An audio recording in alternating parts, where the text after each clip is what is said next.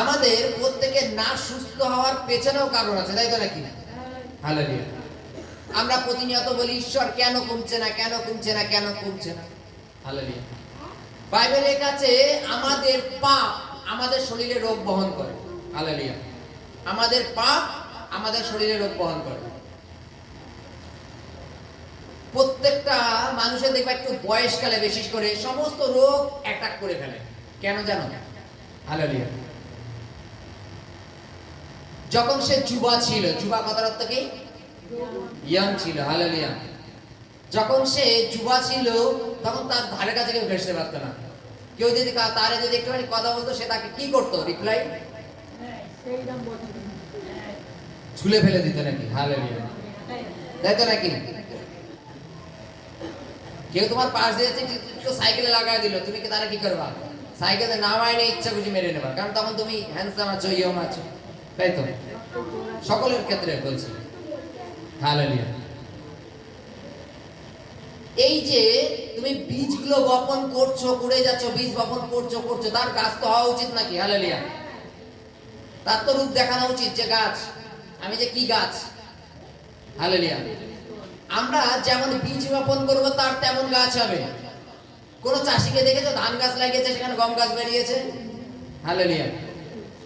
পাট গাছ লাগানো, সেখানে পটল গাছ বেরিয়েছে দেখেছো? না। যে গাছ লাগাবে তার ফল পাবে। আমরা যুবার সময় অনেক রকম পাপ করে থাকি, যে পাপগুলো আমরা অবিরত করি অথচ আমরা মনে রাখি না, যার জন্য আমাদের জীবনের সমস্যা তৈরি হয়, আমাদের জীবনের রোগ ব্যাধি সমস্যা হয়। তখন আমাদের আওয়াজ কেমন হয়? আগের মতো আর অত হয় না, তখন আওয়াজ নত হয়ে যায়। হালেলুয়া। তখন আওয়াজ আস্তে আস্তে ছোট হয়ে যায়। এবার আমাদের ভুল ভ্রান্তি কি? হালেলুয়া। আমাদের ভুল ভ্রান্তি কি? বাইবেলে লেখা আছে যে সকলেই পাপ করেছে, সকলে ঈশ্বরের অনুগ্রহ থেকে সরে গিয়েছে। তার মানে কি আমরা সকলে পাপী? ধার্মিক একজনও নাই, তার মানে আমরা সকলে পাপী। জানা না জানা আমাদের প্রত্যেকটা মুহূর্তেই পাপ হয়। বাইবেলে বলছে তুমি ঈশ্বরের কাছে ক্ষমা চাও। হালেলুয়া। তুমি ঈশ্বরকে বলো, চোখের জলে বলো যে ঈশ্বর তোমার বিরুদ্ধে আমি পাপ করেছি, আমার সমস্ত অপরাধ ক্ষমা করো।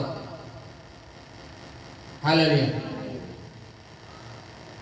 এরকম বলার লোক আমরা কতজন আছি যে আমরা মুখ খুলে বলবো যে ঈশ্বর তুমি আমার সমস্ত পাপ ক্ষমা করো? আমরা ডাইরেক্ট বলবো আমরা পাপই করিনি, কিসের ক্ষমা চাবো? হালেলুয়া। আমি পাপই করিনি, আমি কিসের ক্ষমা চাবো? যদি তুমি ঈশ্বর সদাপ্রভুর কাছে তুমি চোখের জলে তোমার পাপ সমস্ত ক্ষমা চাও, তিনি তোমাকে সুস্থ করতে সামর্থ্য। আমেন। তিনি তোমাকে সুস্থ করতে সামর্থ্য। তিনি সুস্থকারী ঈশ্বর, তিনি সুস্থ করেন। হালেলুয়া। হালেলুয়া। আমরা বের করব প্রথম জন 5:3। হালেলুয়া। কেননা ঈশ্বরের প্রতি প্রেমেই যেন আমরা তাহার আজ্ঞা সকল পালন করি, আর তাহার আজ্ঞা সকল দুর্বহ নহ। হালেলুয়া। নয়। হালেলুয়া।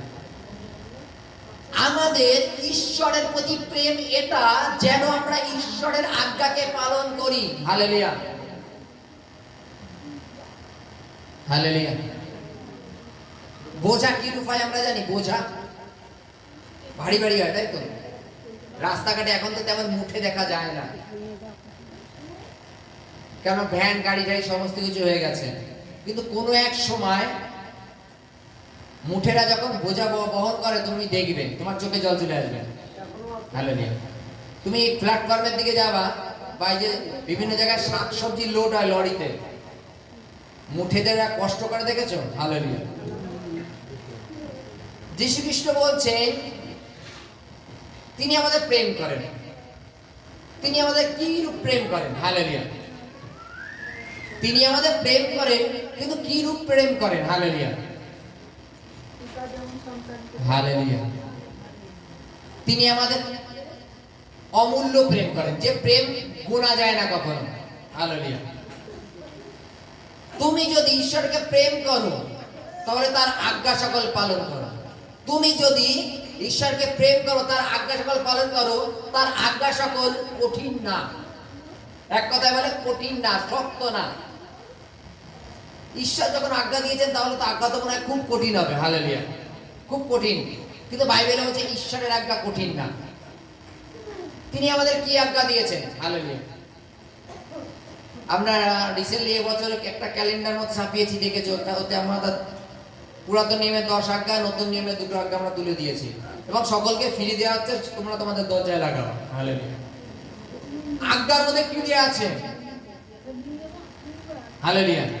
সেই আজ্ঞার মধ্যে কি আছে? বাইবেলে লেখা আছে যে ঈশ্বরের প্রতি প্রেম এই যেন আমরা তার আজ্ঞা পালন করি, তাই তো? হালেলুয়া। তার আজ্ঞায় কি লেখা আছে? হালেলুয়া।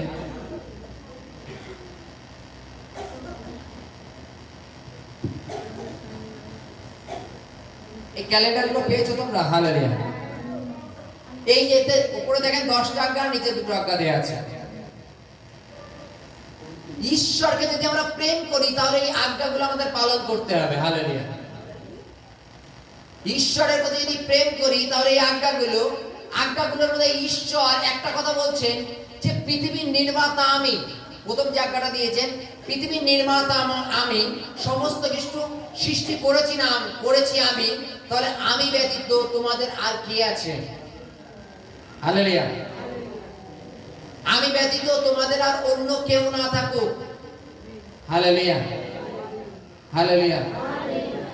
জাগতিক ক্ষেত্রে যদি দেখা যায়, যেমন উদাহরণ, যে সুখ দুঃখে, আপদ বিপদে যে সবসময় পাশে ছিল সেই হচ্ছে প্রকৃত বন্ধু। সে ধনী হোক বা গরিব হোক, বা মূর্খ হোক বা শিক্ষিত হোক। কিন্তু যারা ওয়েদারের সাথে চলে, ওয়েদার মানে ভালো সময় দেখা যাবে আর মন্দ সময় তার পাশে থাকবে না, তারা কেউ নয়। হালেলুয়া। ঈশ্বরের বক্তব্য, তোমরা যে শ্বাসবায়ু গ্রহণ করছো এটা আমি সৃষ্টি করেছি। ঈশ্বর বলছে তোমরা যে মানসিক শরীরে আছো, বাইবেলে লেখা আছে গর্ভের ফল পর্যন্ত